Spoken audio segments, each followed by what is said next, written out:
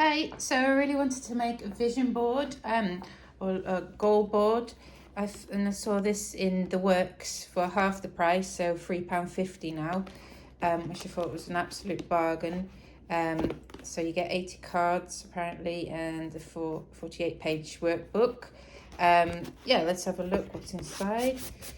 So these are the cards. I am confident. Be brave, bold. I won't go through all of them. Actually, I can. I've got this, you know, things like that, quite motivational. What are these cards? Oh, so these are just pictures. Let's open.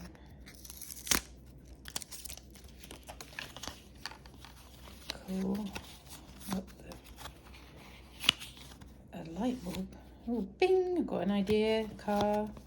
Paintbrushes. Okay, cool. All right, that gives you an idea. Obviously, you can print off your own pictures as well. Workbook. So that's pretty good because then it just, because I'm always like, how do you know? Well, first you need to be clear on what vision board you want. Actually, it's quite a good thick booklet. So it's asking those questions, isn't it? Career goals, wealth creation, success, motivation. Okay, confidence. Cool. That's actually a really good, you know, starter. Focus on and manifest your dreams.